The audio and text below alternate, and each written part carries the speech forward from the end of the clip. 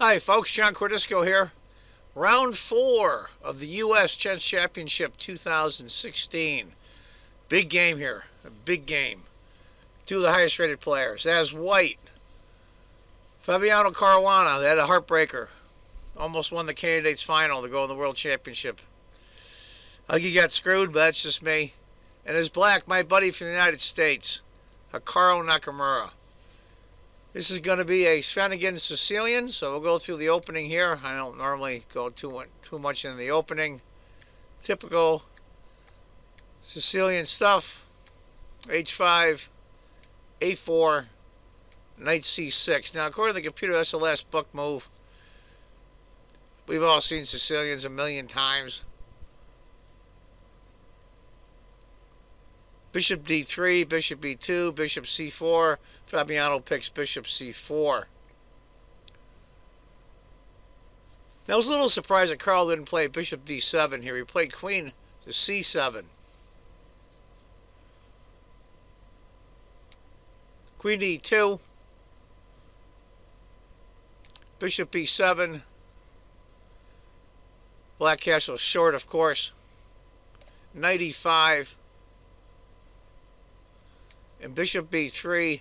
And Bishop D7. Now, if you notice, Carlos kept his king in the middle. Not because he's trying to confuse his opponent what side the castle on. He's delaying it for a while to give himself an extra tempo. And I think Carlos sits okay. Pretty even game. Tiny advantage for white. Not even worth mentioning. Typical Sicilian stuff. I think he's just solid. Now he is playing black against Fabiano. F4. Knight. Interesting move here, though. I think H3 maybe. Even A5, for that matter. Rook F3 looks interesting. But Fabiano goes king to H1, which I thought was interesting. Of course, Carl takes that knight right away. As Maurice Ashley said, the most important trade in chess is the knight for the bishop. So now Carl has the bishop pair. Queen C5. Rook A to D1, just developing moves. This one, I think, I kind of like knight to G4. I think Carl should have pushed a little bit, maybe even B5 for that matter. Decided to go G6. Queen E2. I think just to keep an eye, well, this here too, but mostly this square here. Castle's long. Now that was surprising. That really was surprising for me. I like Rook C8, castle, Rook D8 even, but he castled long, and that was really surprising. So Fabiano starts pushing F5. E5. Knight comes back. Pawn takes. And then knight G5 first. Now, black doesn't look that good, but oddly enough, the computer has it as dead even. And I mention that because these guys are world-class players. And if the computer says it's dead even, it's dead even. These aren't amateur players. These are in the top 5 players in the world. F takes C4, F4. Carl decides F4. And Rook to D3. And we're on move 22. And I think they're both sitting pretty well. I'm a Carl fan, so I'll admit it. Even though the pawn at F7's in pre with a fork. But it's not that big of a deal. I'll give you an idea if he had played bishop takes pawn. Knight comes back, H4. And black's got some play. But after rook to D3, Carl decides to go king to B8. Now, somebody mentioned, oh, by the way, that reminds me, there's going to be a short interview with both the players at the end here. And someone had mentioned to Fabiano about that move, and he thought it was a very good move. Knight takes, H4. He took the H knight, which is really surprising. Maybe he was afraid if he took the D rook, he would take with a bishop, and that rook would still be here, so it comes out the same. Give you an idea, if he had taken after bishop takes queen f2, queen c6, 6 of one, half dozen of another. Rook takes, queen f2, queen b4.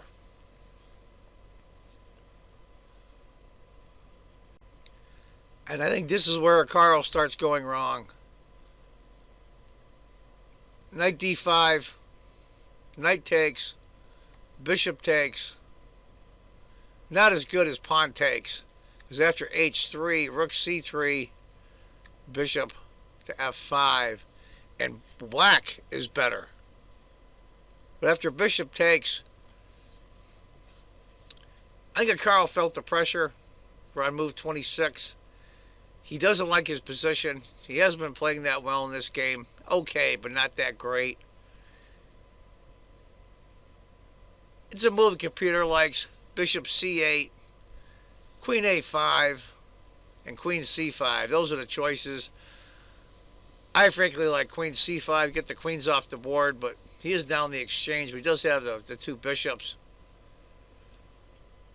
Bishop takes a4, and that is the beginning of the end. Rook a3, h3. It's a 3-point advantage now for Fabiano. c3, queen has to go to, basically has to go there. Got to protect the bishop. b3 hitting the bishop. Hits the queen. Give you an idea, pawn takes doesn't really change much.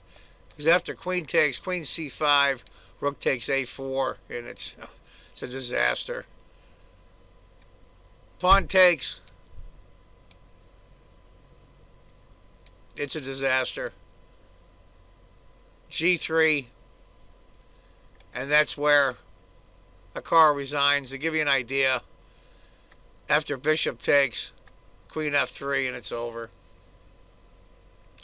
So tough break for Carl. I know he was really, I shouldn't say stunned isn't a proper word, but I think he was really, really, really disappointed how he played and how things turned out in the candidates final in Russia. I frankly had higher hopes than that. I'm glad Fabiano got to the end, even though I think he got screwed by the rules. I thought Carl would be in it towards the end. Carl's interesting. When it comes to feelings like this, publicly you don't really know much. He doesn't talk about it. But while he's playing, he wears his emotions on his sleeve. It's really interesting. And once he gets away from the board, he pretty much keeps his emotions to himself. I find that fascinating. Anyway, folks, tough break. Congratulations to Fabiano.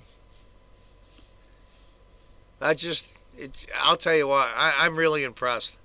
I'm almost 60 years old, and I started playing chess back in the early 70s during the Fischer era.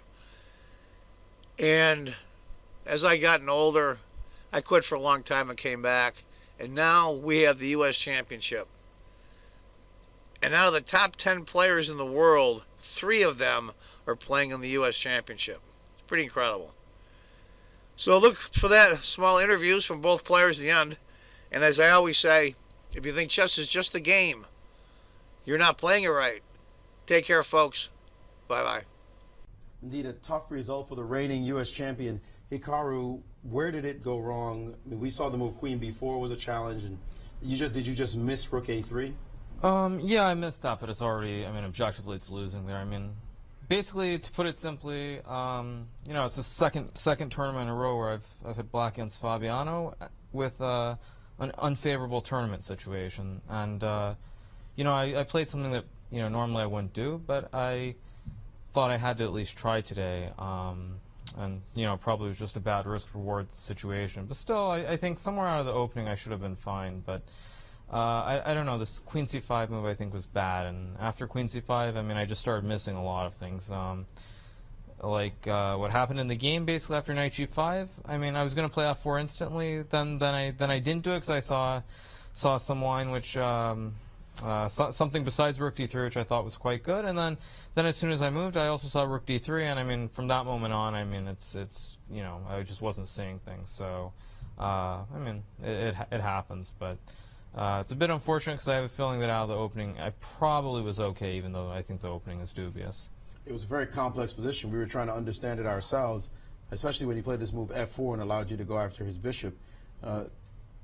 When you say you're missing things in the game, what does that feel like for an elite player like yourself when you start looking and you go, wait a minute, why am I missing these moves? How do you stop it from spiraling?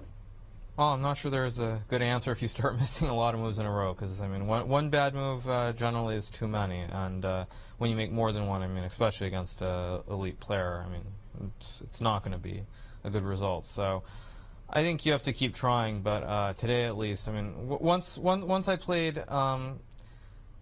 played g6, probably queen c5 and g6 after queen e2. I mean, that's where maybe I could have done something differently. But already I was starting to miss things. I mean, I already had a bad feeling at that point, and maybe I could have done something different. I mean, even at the end, I should have played queen a5 instead of queen b4. And I mean, it's losing, but there are some practical chances at least. But yeah, just I mean, just not my day really.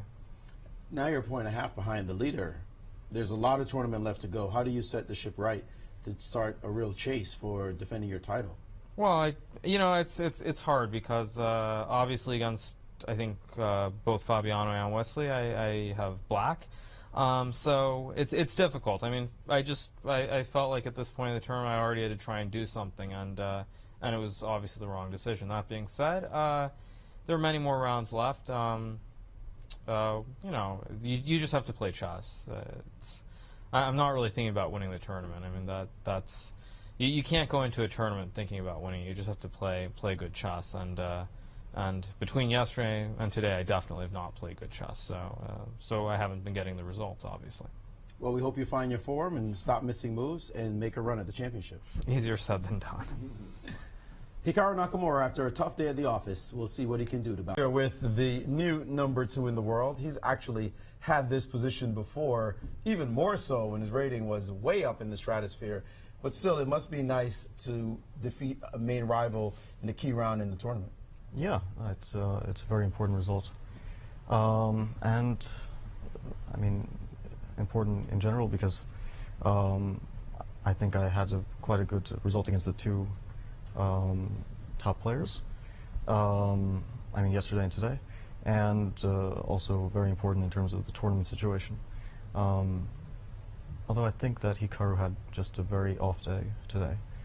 He had probably a good position and slowly or quickly messed it up. He did give you a number of opportunities. Let me ask you this one position. You played f5. Did you consider e5 as a possible move right in that position? We thought that e5 led to some good complications for you. You hesitated in playing this move instead, going for the more explosive f5, but e5 looked pretty dominating. e5 is pretty explosive. Yeah, I guess it is explosive. No, I don't know what I actually overlooked, but yeah, I can just take on f7 and I'll probably have a good position. Is it that the train was going f5, f5, f5, and you just went that way? Generally, I didn't want to play e5, so maybe I just wasn't open to the idea. I see. You're standing in the tournament. What do you do? You're at 3.5 out of 4. You're clearly the favorite right now, having put Nakamura really so far back at 1.5 behind you. What are your thoughts going to the next few rounds? Yeah, so far everything's going pretty smoothly. I would say very smoothly, like the ocean under the moon. The ocean under the moon. Oceans can be pretty roiling, but the romantic side coming out. Please don't tell us about your undying love for Lawrence Trent again. No, I would. You guys been reading poetry back there? No, I would. That's actually a favorite song of a very close friend of mine. Is this the Alexandra? Yes. You going to tell us about Alexandra? What's her last name? Wiener. Oh, Yes. okay. Now we get specifics. Okay, that's it for now. What was I saying? Yeah, you're like blushing through different shades right now. We want to know about this Alexander Wiener, guys. We got to do some research. Research team, get that going, please. Yeah. Lawrence is going to be jealous, by the way, hearing that kind of talk. No, I have enough love in my heart for him as well. Oh, man. Yeah, no, it's been going very well. We were for talking me. about your standing in the tournament right now. That's what we were talking Yeah, it's been going very well for me. So far, I've had 3 whites, but I think I made the most I possibly could of the whites, and yesterday was quite a good result as well. Do you feel that maybe you shouldn't overstate then your situation in the tournament with the 3 whites, because that means that a number of blacks will be coming your way from now on? I'm ready to play with white or black. And I think that, these last 2 days were extremely important. I did get through my 2 main rivals in terms of rating without any hiccups. So, You seem extremely relaxed for a man who just missed fighting for the world title. Have you put that behind you already, and now it's time to just think about the future? Yeah, what can you do? I had a lot of time to relax before this tournament, so I just spent it sunbathing. In Miami, I assume. No, in Tampa. But in Tampa, where your home is. Well, thank you so much for joining us. We appreciate all the insights, and you can know that there's a lot of broken hearts out there, especially with your talk about Lawrence. Oh, yeah. A relaxed Fabiano Caruana, he can be relaxed. He just played a wonderful game against one of his main rivals, Hikaru Nakamura. Can't just pick your brain for a second, because I thought this was a critical key moment in the game.